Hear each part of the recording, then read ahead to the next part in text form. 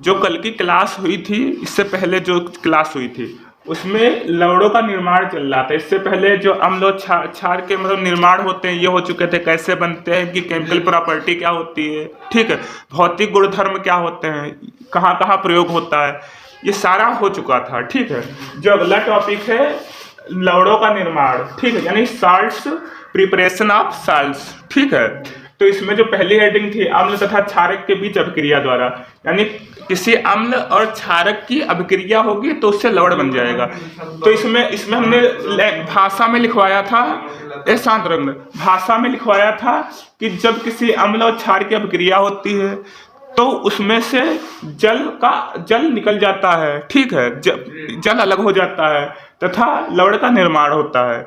और रिएक्शन में देख रहे होगे ये HCl क्या है, एक अम्ल है, ठीक है, और NaOH क्या है, एक क्षार है। ठीक है, इसमें से OH निकला, H निकला तो जल बन गया, देखो जल बाहर निकल गया, NaCl बचा, ये लवण हो गया। जैसे कोई चीज जब तुम गर्म करोगे तो उसमें क्या होगा, पानी बाहर निकलेगा, तो यही चीज है, पानी बाहर निकल गया। ठीक है, तो H2CO3 प्लस 2NaOH, ये क्या है, इसमें H प्लस बाहर निकल रहा है तो अम्ल हो गया, इसमें OH माइनस बाहर निकल रहा है तो ये क्षार हो गया, क्षारक हो गया। ठीक है, तो इसमें OH और H2 ये बाहर निकल गए तो 4H यहाँ हो गए, देखो 4H निकल गए, O निकल गया, बचा कितना 2NaCO3 बचा ना, 2NaCO3, इसकी इससे रिएक्शन हो गई, इससे मिल गया 2NaCO3, देखो Na2CO3 हो गया। ठीक है, फिर किसी अम्ल की अगर धातु के साथ अभिक्रिया कराई जाती है, धातु समझते क्या होता है, इससे सोना हो गया, चांदी हो गया, लोहा हो गया, एल्युमिनियम हो गया, कापर हो गया, जिंक हो गया। ठीक है, तो जैसे इसकी ये जिंक क्या है, एक धातु है, Zn क्या होता है, जिंक होती है, और जिंक क्या है, धातु है। ठीक है, H2SO4 के साथ अभिक्रिया कराएगी, H2SO4 क्या होता है, सल्फ्यूरिक अम्ल होता है। ठीक है,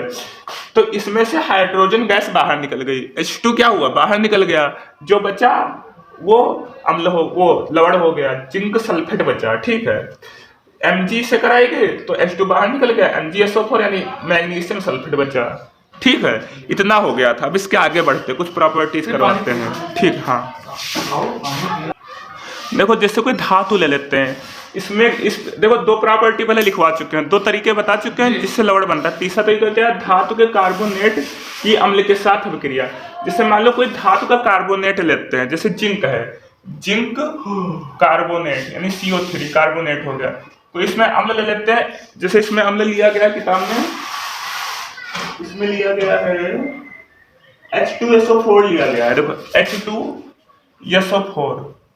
ठीक है, ये क्या है, जिंक सल्फेट है, ये क्या है, एक धातु का कार्बोनेट है। ठीक है, ये जिंक हो गया, जिंक हो गया, सल्फेट हो गया। ठीक है, carbonate, sorry carbonate, zinc carbonate हो गया। ठीक है,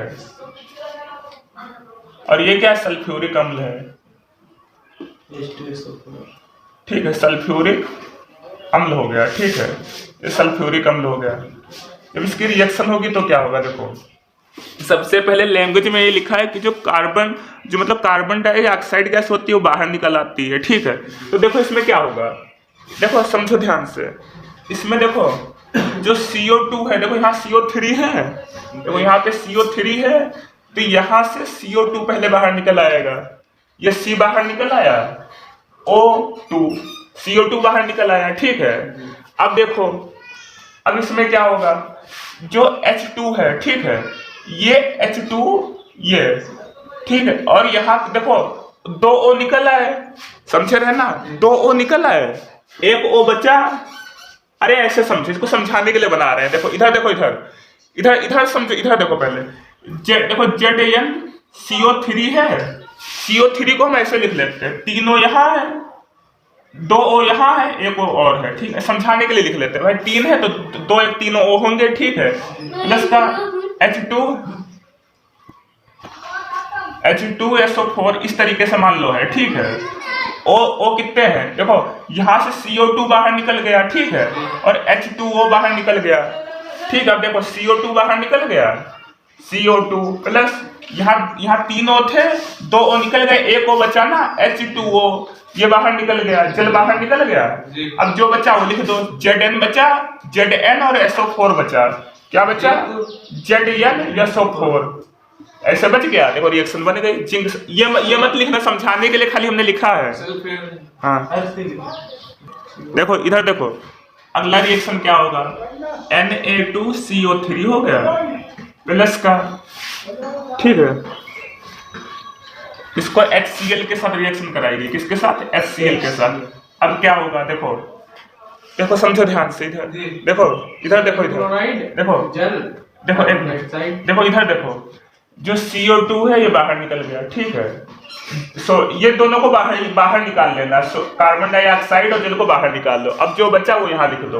देखो इन दोनों को तो बाहर निकाल ही लेना है, कार्बन डाइऑक्साइड और जल को बाहर निकाल लेना है, जो बचेगा वो लिख दो। अब देखो क्या बचा, देखो Na2 बचा, ठीक है, और क्या बचा, Cl बचा, ठीक है। तो लेकिन Na2Cl कुछ होता ही नहीं है, तो इसका मतलब ये तो हम लिख नहीं सकते हैं। नहीं बैलेंस, इसकी संयोजकता बैलेंस नहीं होगी ना। Na2Cl कहीं लिखा हुआ देखा तुमने, नहीं देखा, तो इसकी संयोजकता हमें बैलेंस करनी पड़ेगी। तो यहाँ 2 से मल्टीप्लाई कर दो, ठीक है, 2 से मल्टीप्लाई कर दो। देखो H भी तो यहाँ 2 है, यहाँ H एक ही है, तो 2 से मल्टीप्लाई कर दिया, ठीक है। अब देखो ये इसमें Cl और Na कितने हैं, 2 हैं। देखो समझो, ध्यान से समझो, देखो पहले CO2 निकल गया, तो CO यहाँ पे कितने हैं, CO3 है, एक C चला गया, यहाँ पे 3 O है, O3 है, और 2 O चले गए, यहाँ पे एक O बचा रह गया, ठीक, एक O भी बचा है, 2 O इसमें से चले गए, CO2 बन गया, एक O यहाँ बचा है, ठीक है, और 2 H बचे हैं। तो एक O, देखो ऐसे समझो ध्यान से, इसको समझाने के लिए बता रहे हैं। देखो ये Na2 है, ये CO3 है, CO3 को हम ऐसे लिख सकते हैं, देखो Na2CO3 है, CO2 लिख दिया, O लिख दिया, 3 O है तो 2 3 O हो गए, ठीक है, प्लस का 2HCl हो गया। अब देखो ये CO2 बाहर चला गया, CO2 निकल गया, तो यहाँ CO2 लिख दिया, प्लस ये 2H और O ये बाहर निकल गया, ये जल बन गया, H देखो 2H और O निकल गया ना, तो जल बन गया, ठीक है, प्लस अब देखो इसके साथ रिएक्शन करा दो। Na कितने हैं, 2 हैं, देखो Na 2 है ना, Na 2 है, और Cl कितने हैं, 2 हैं, तो 2 Na 2 Cl, ठीक है, तो 2 NaCl बन गया। हाँ ये होता है। और संयोजन ये, अच्छा एक चीज तुम सोचना कायदे से, ये Na2Cl क्यों नहीं बना है, इसका जो रीजन है तुम्हें बाद में बताएंगे जब संयोजकता पढ़ाएंगे, ठीक है, ये बताएंगे लेकिन अभी नहीं बताएंगे, अभी जितना हम कहते हैं उतना मानो, ठीक है। ये क्यों नहीं बना ये भी हम समझाएंगे, लेकिन अभी नहीं, अगर समझाना चाहें भी तभी नहीं समझ पाओगे। इसके नाम लिख लो, ये क्या है, सोडियम कार्बोनेट, ये क्या है, हाइड्रोक्लोरिक एसिड, ठीक है, ये क्या है, सोडियम क्लोराइड, ये क्या है, कार्बन डाइऑक्साइड, ये क्या है, जल है, ठीक है। इसका देखो रिवीजन स्टार्ट कर दो, ऐसे समझ में ना आए तो यूट्यूब पे वीडियो डालें, जब पढ़ने बैठा करो तो नोट्स के सामने वीडियो खोल लिया करो, और एक एक चीज बता रहे हो अपने आप से किया करो, ठीक है, रिवीजन अच्छे से हो जाएगा। अभी तक किसी ने वीडियो देखा है, नहीं देखा। जैसे इसमें एक एग्जाम्पल लेते हैं, देखो इसमें दिया है, इधर देखो Na2, देखो इसमें एग्जाम्पल दिया हुआ है Na2, मार्कर नहीं चल रहा है, देखो Na2CO3 ये दिया है, ठीक है। देखो इसमें क्या होगा, इसमें देखो सीधी सी बात है, सिंपल जो साधारण लवण होते हैं, इसमें देखो क्या होता है, देखो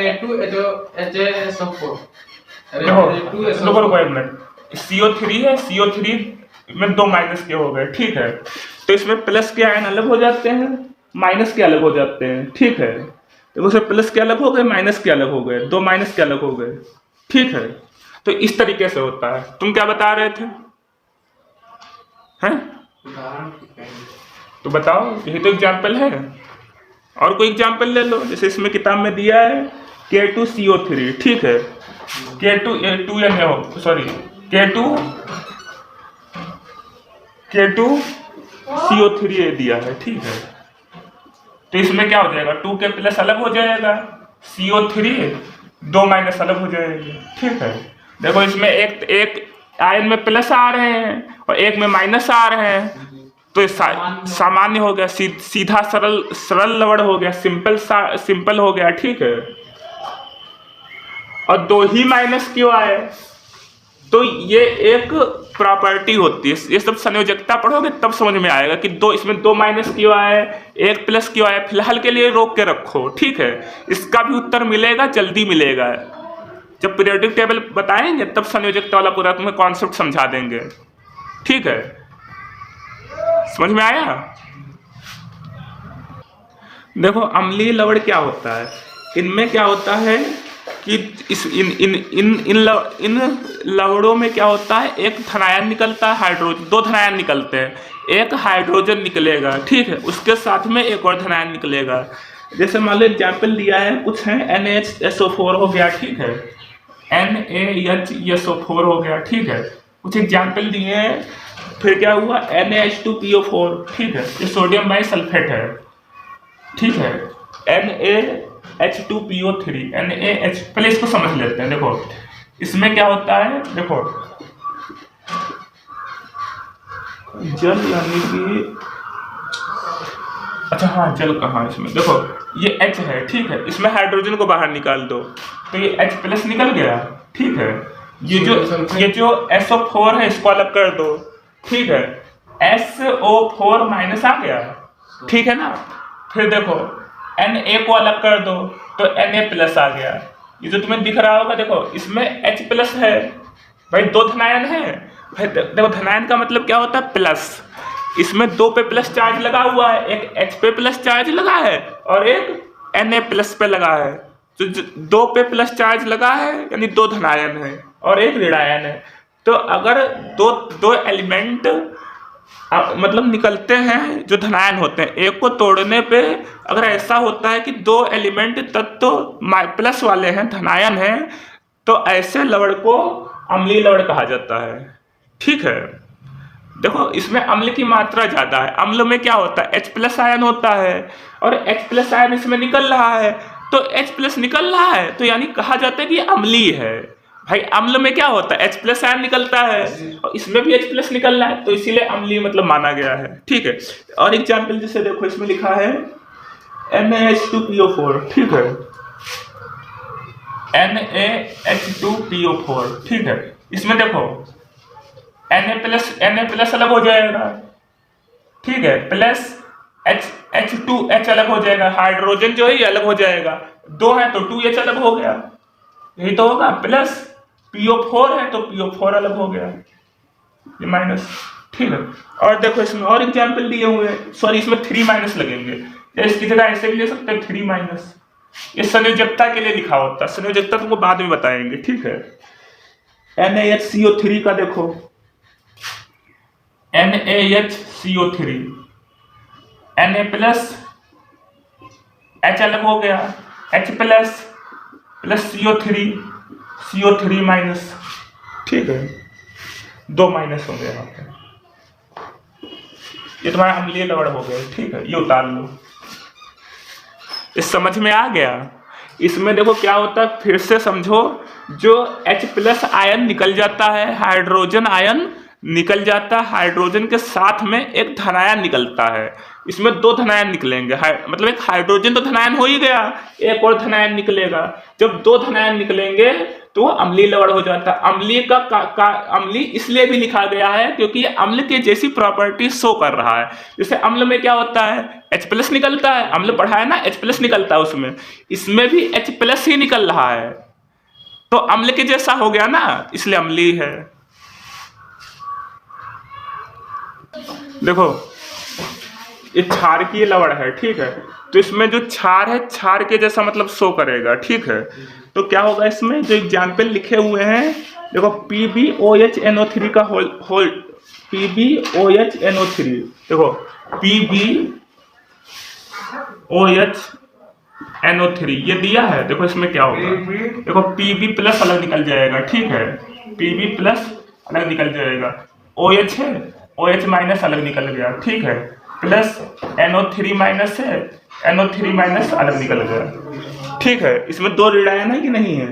देखो 2 ऋणायन है, देखो एक ये माइनस वाला है, एक ये माइनस वाला है, तो इसमें 2 ऋणायन आ गए, 2 माइनस वाले आ गए, इसलिए क्षारकीय हो गया। और क्षारकीय क्यों रखा गया है? क्योंकि क्षार में देखो क्षारकीय इसका नाम क्यों पड़ा? क्योंकि क्षार को तुम्हें पता है कि जो क्षार होता है उसमें OH माइनस आयन बाहर निकलता है। ठीक है, और यहाँ पे भी कुछ ऐसा ही दिख रहा है, और देखो OH माइनस आयन इसमें निकला कि नहीं निकला, बना ना, तो ये क्षार के जैसा शो कर रहा है, इसलिए क्षारकीय हो गया, इसलिए ये क्षारकीय हो गया। ठीक है, खूब डाल लो और करवा दे। FeOH का होल्ड सील इसका देखो, FeOH का होल्ड Cl, इसका देखो क्या होगा, Fe प्लस प्लस, ठीक है, plus 2OH minus plus Cl minus, ये हो जाएगा। अच्छा इसको तोड़ के दिखाओ तुम लोग, ZnOHCl, ZnOHCl, इसको तोड़ के दिखाओ। चलो इसको बताओ क्या होगा, इसको तोड़ के बताओ क्या होगा। अगर YouTube पे देखना तो इसे जो हम कहते हैं मतलब करके दिखाओ, पहले पॉज कर लेना, अपने आप से करना, फिर वो देखना, यानी सीधे छपाई कर रहे हो। हाँ